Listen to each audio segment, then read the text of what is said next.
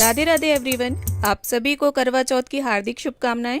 दोस्तों, आज की इस वीडियो में हम करवा चौथ पूजा की संपूर्ण विधि जानेंगे कि किस प्रकार से हमें करवा चौथ व्रत में पूजन करना चाहिए। करवा चौथ व्रत में पूजा मुख्य रूप से शाम के समय की जाती है। सुबह के समय संकल्प लेकर साधारण रोज की तरह पूजा की जाती है और शाम के समय प्रदोष काल में या गोधूली बेला में इसका विशेष रूप से पूजन किया जाता है।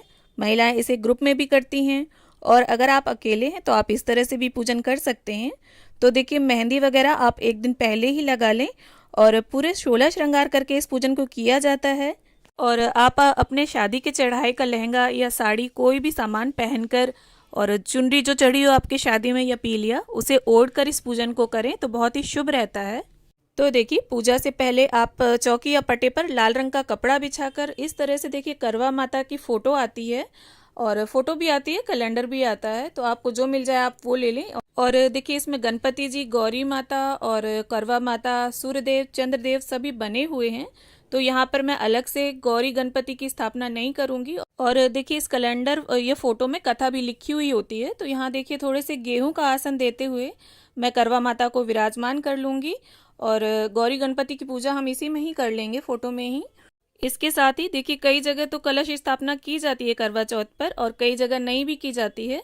तो अगर आपके यहाँ कलश स्थापना नहीं की जाती है तो आप इस विधि को स्किप भी कर सकते हैं। लेकिन देखिए, कलश स्थापना जो विशेष पूजन होते हैं उनमें कलश स्थापना जरूरी होती है।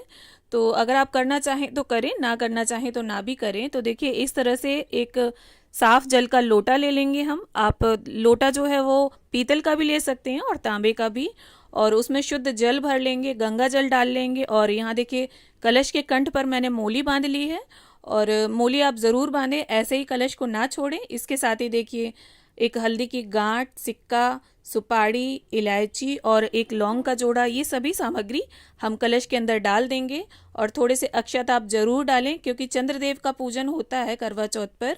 तो आप अक्षत डालें और चांदी का सिक्का भी डाल सकते हैं आप एक, या इसकी जगह पर छल्ला या चांदी की अंगूठी डालें और एक सफ़ेद फूल हो सके तो वो भी आप डाल लें। और फूल ना हो अगर आपके पास तो आप ना भी डालें तो चलेगा, कोई बात नहीं। इसके साथ ही देखिए, 5 यहाँ पर आम के पत्ते लिए हैं मैंने, तो उन्हें कलश के कंठ पर लगा लेंगे और गेहूं से भरा एक पूर्ण पात्र हम कलश के ऊपर रख देंगे। अगर आपको आम के पत्ते ना मिले तो आप अशोक के पत्ते भी लगा सकते हैं। और इसके साथ ही देखिए, एक शुद्ध देसी घी का दिया हम प्रज्वलित कर लेंगे। यहाँ दीप कलश की स्थापना की है मैंने, आप चाहें तो दिए की जगह पर श्रीफल रखकर श्री कलश की भी स्थापना कर सकते हैं और धूप बत्ती भी साथ में जला लेंगे हम। अब हम अपने करवे तैयार कर लेते हैं। तो ये देखिए, जो छेद वाले मिट्टी के कलश होते हैं उन्हें करवा बोला जाता है। यहाँ पर सजा हुआ करवा लिया है मैंने, डेकोरेटेड करवे आते हैं मार्केट में करवा चौथ के टाइम पर, तो आपको आसानी से मिल जाएंगे। अगर ना मिले तो आप प्लेन भी ले सकते हैं।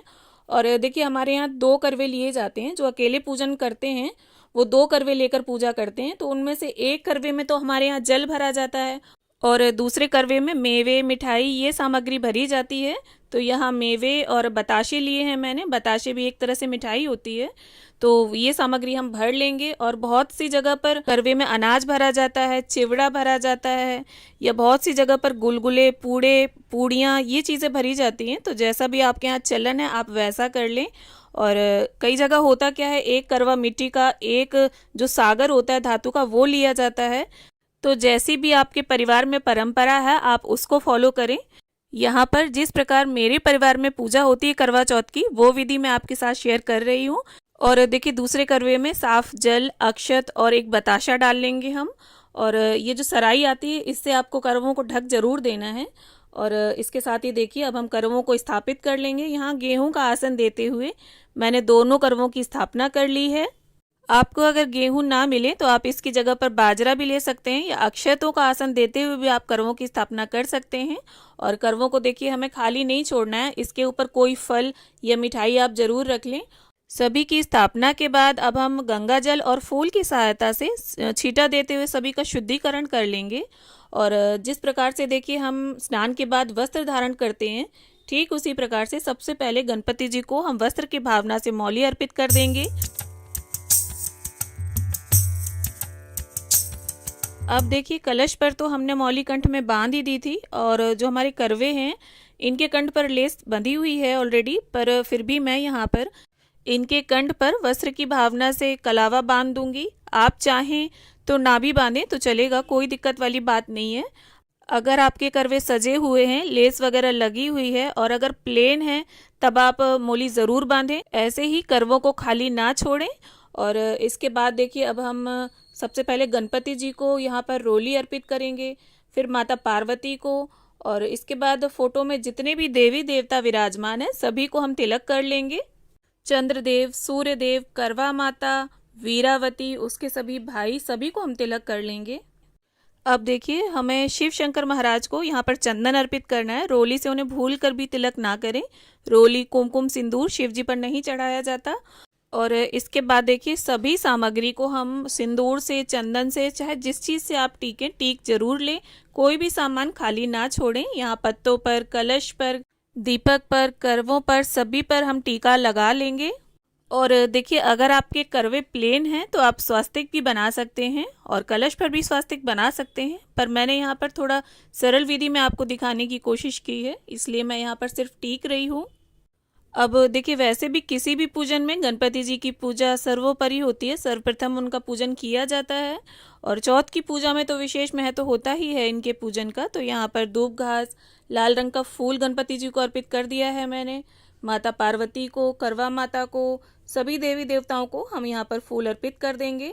अगर फूल आपको उपलब्ध हो जाते हैं तो आप फूल इस्तेमाल करें पूजा में। अगर फूलों की व्यवस्था ना बन पाए तो कोई दिक्कत वाली बात नहीं है, आप बिना फूलों के भी पूजन कर सकते हैं। अब देखिए माता को अर्पित करने के लिए यहाँ आपको बिंदी, महावर, सिंदूर, चूड़ियाँ और मेहंदी, ये चीज़ें 5 चीज़ें ज़रूर रखनी है। इसके साथ अगर हो जाए तो आप बिछुए रख सकते हैं चांदी के, और अगर चांदी के बिछुए ना रख पाए तो आप कांसे के बिछुए भी रख सकते हैं। और अगर आप चाहें तो 16 श्रृंगार की सामग्री भी भेंट कर सकते हैं माता को। पर करवा चौथ पर आपको सुहाग की सामग्री जरूर भेंट करनी है, क्योंकि ऐसा माना जाता है कि जो हम दान करते हैं वही हमारे पास वापस आता है। और अखंड सुहाग की कामना से इस व्रत को किया जाता है, तो आप सुहाग का सामान जरूर चढ़ाएं माता को। इसके साथ ही देखिए करवा चौथ पर सासू माँ के लिए बायना निकाला जाता है। बायना में आपकी सासू माँ अगर सूट पहनती हैं तो वो निकाल लें, वरना साड़ी, कुछ सुहाग का सामान और थोड़ी दक्षिणा भी आप जरूर रख दें। और इसे भी हम यहीं पूजा की चौकी के पास रख लेंगे और चंद्र पूजन के बाद इसे सासू माँ को दे देंगे। और ये देखिए यहाँ पर महावर आप घोल लें या आलता घोल लें, जो भी आपके यहाँ शुभ माना जाता हो, जो भी आपके यहाँ चलता हो। और इसे आपको करवा माता को और पार्वती माता को अर्पित जरूर करना है। और ये जो जूठा महावर या आलता होगा उसे आप बाद में प्रसाद के रूप में इसे लगा लें, और अगर ग्रुप में हैं तो सभी लोग, सभी महिलाएं इसे लगा लें। इसके साथ ही देखिए करवा माता को यहाँ पर हम चुनरी भेंट कर देंगे। अब घर में जो भी आपने मीठा पकवान बनाया हो उसका भोग आप लगाएं, या मिठाई का, बताशे का, जिसका भी भोग आप लगाना चाहें उसका भोग लगाएं। और देखिए चौथ की पूजा में, करवा चौथ की पूजा में 4 की संख्या का विशेष महत्व होता है। तो या तो आप 4 तरह के फल ले सकते हैं या कोई भी फल 4 की संख्या में भी लिए जा सकते हैं। और इसके साथ ही देखिए सीधे हाथ में थोड़े से गेहूं, चावल या बाजरे के कुछ दाने लेकर हम करवा चौथ व्रत की कथा पढ़ लेंगे। तो देखिए यहाँ कैलेंडर में भी कथा लिखी हुई होती है। अगर आपके पास कथा पुस्तिका नहीं है तो आप यहाँ से देखकर भी कथा पढ़ सकते हैं, या अगर कथा पुस्तिका है तो उससे आप कथा पढ़ लें। और कथा संपन्न होने के बाद ये जो गेहूं के दाने होंगे थोड़े से हम करवा माता के समक्ष छोड़ देंगे, और बाकी के जो गेहूं के दाने होंगे उन्हें हम अपने चुनरी के या साड़ी के या पीलिया के, जो भी आपने पहनकर पूजा करी है, उसके छोर में बांध लेंगे। और इसके बाद जब हम चंद्र पूजन करेंगे तब ये गेहूं के दाने हम चंद्रदेव को अर्पित करेंगे, उसी कलश में डाल लेंगे। और यहाँ देखिए थोड़ा सा पानी लेकर ये जो हमने बायना निकाला था इसको हम 3 बार जल फेरते हुए मिनस लेंगे। और इसके बाद देखिए धूप दीप से हम गणपति जी की, गौरी माता की, करवा माता की, सूर्यदेव की, चंद्रदेव की, कलश देव की और फोटो में जितने भी देवी देवता विराजमान है सभी की आरती उतार लेंगे।